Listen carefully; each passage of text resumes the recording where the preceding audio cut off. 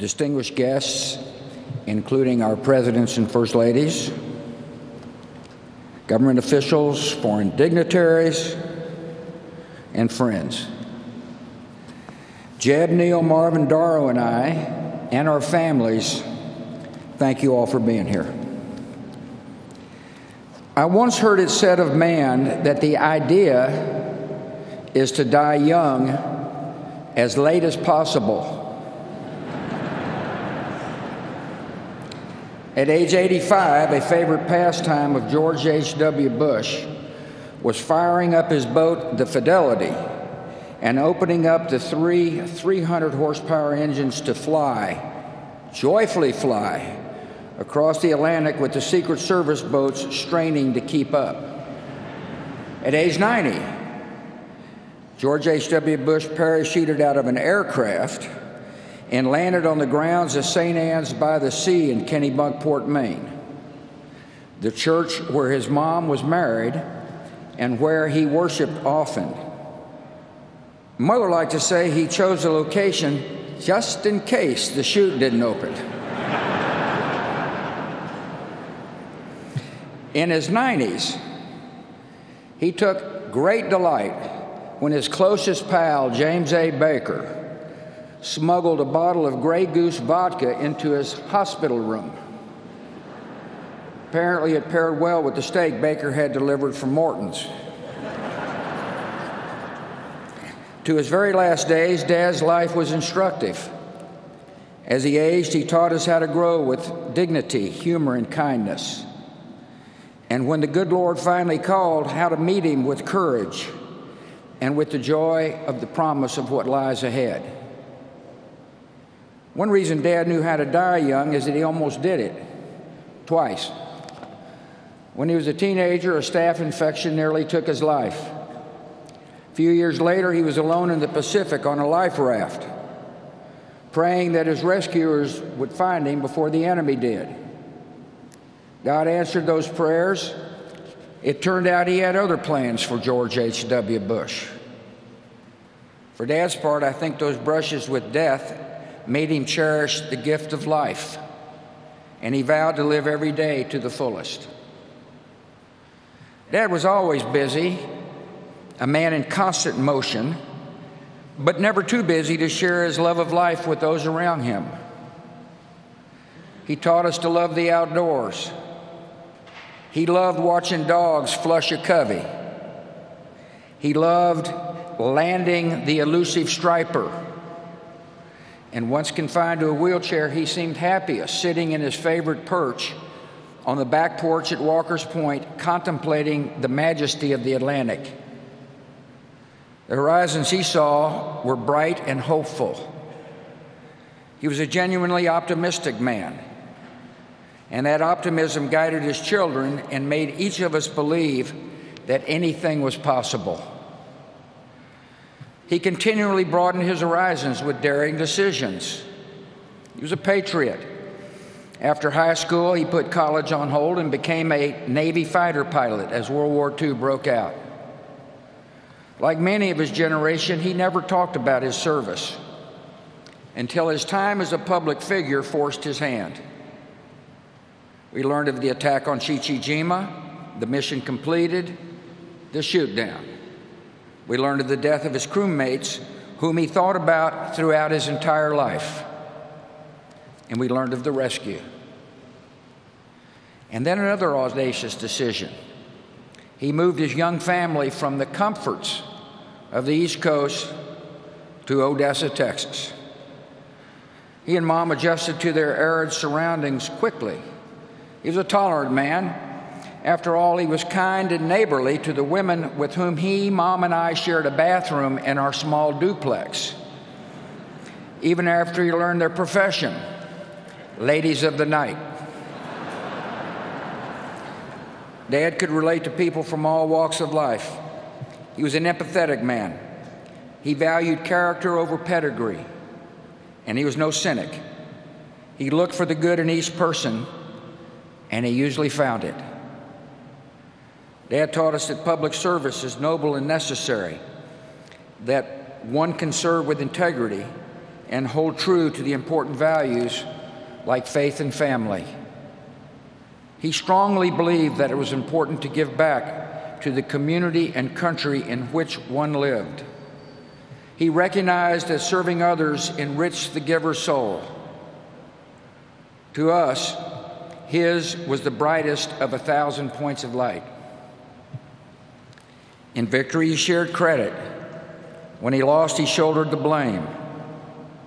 He accepted that failure is a part of living a full life, but taught us never to be defined by failure. He showed us how setbacks can strengthen. None of his disappointments could compare with one of life's greatest tragedies, the loss of a young child. Jeb and I were too young to remember the pain and agony he and Mom felt when our 3-year-old sister died. We only learned later that Dad, a man of quiet faith, prayed for her daily. He was sustained by the love of the Almighty and the real and enduring love of her mom. Dad always believed that one day he would hug his precious Robin again. He loved to laugh, especially at himself. He could tease and needle, but never out of malice. He placed great value on a good joke. That's why he chose Simpson to speak.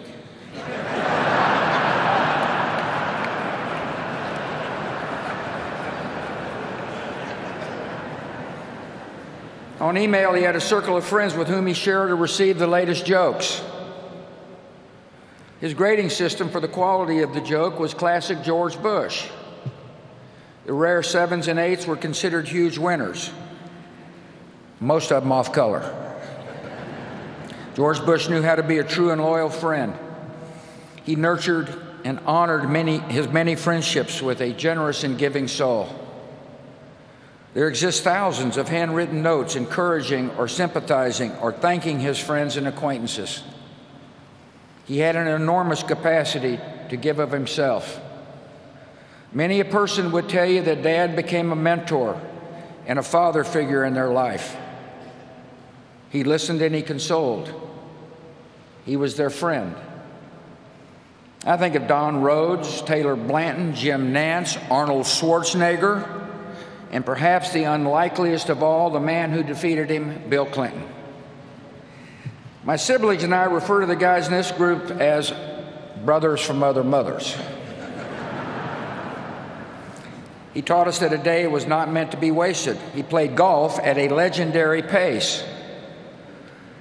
I always wondered why he insisted on speed golf. He was a good golfer.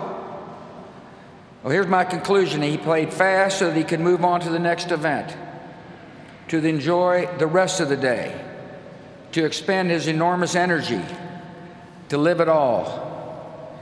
He was born with just 2 settings: full throttle, then sleep. He taught us what it means to be a wonderful father, grandfather, and great-grandfather. He was firm in his principles and supportive as we began to seek our own ways. He encouraged and comforted, but never steered. We tested his patience. I know I did. But he always responded with the great gift of unconditional love. Last Friday, when I was told he had minutes to live, I called him. The guy answered the phone, said I think he can hear you, but he hadn't said anything for most of the day. I said, Dad, I love you and you've been a wonderful father. And the last words he would ever say on earth were, I love you too. To us, he was close to perfect, but not totally perfect. His short game was lousy. He wasn't exactly Fred Astaire on the dance floor. The man couldn't stomach vegetables, especially broccoli. And by the way, he passed these genetic defects along to us. Finally, every day of his 73 years of marriage, Dad taught us all what it means to be a great husband. He married his sweetheart. He adored her. He laughed and cried with her. He was dedicated to her totally. In his old age, Dad enjoyed watching police show reruns, the volume on high, all the while holding Mom's hand. After Mom died, Dad was strong, but all he really wanted to do was hold Mom's hand again. Of course, Dad taught me another special lesson. He showed me what it means to be a president who serves with integrity, leads with courage, and acts with love in his heart for the citizens of our country. When the history books are written, they will say that George H.W. Bush was a great president of the United States, a diplomat of unmatched skill, a commander-in-chief of formidable accomplishment, and a gentleman who executed the duties of his office with dignity and honor. In his inaugural address, the 41st President of the United States said this: "We cannot hope only to leave our children a bigger car, a bigger bank account. We must hope to give them a sense of what it means to be a loyal friend, a loving parent, a citizen who leaves his home, his neighborhood, and town better than he found it. What do we want the men and women who work with us to say when we are no longer there? That we were more driven to succeed than anyone around us, or that we stopped to ask if a sick child had gotten better and stayed a moment there to trade a word of friendship?" Well, Dad, we're going to remember you for exactly that and much more. And we're going to miss you. Your decency, sincerity, and kind soul will stay with us forever. So through our tears, let us know the blessings of knowing and loving you, a great and noble man, the best father a son or daughter could have. And in our grief, let us smile knowing that Dad is hugging Robin and holding Mom's hand again.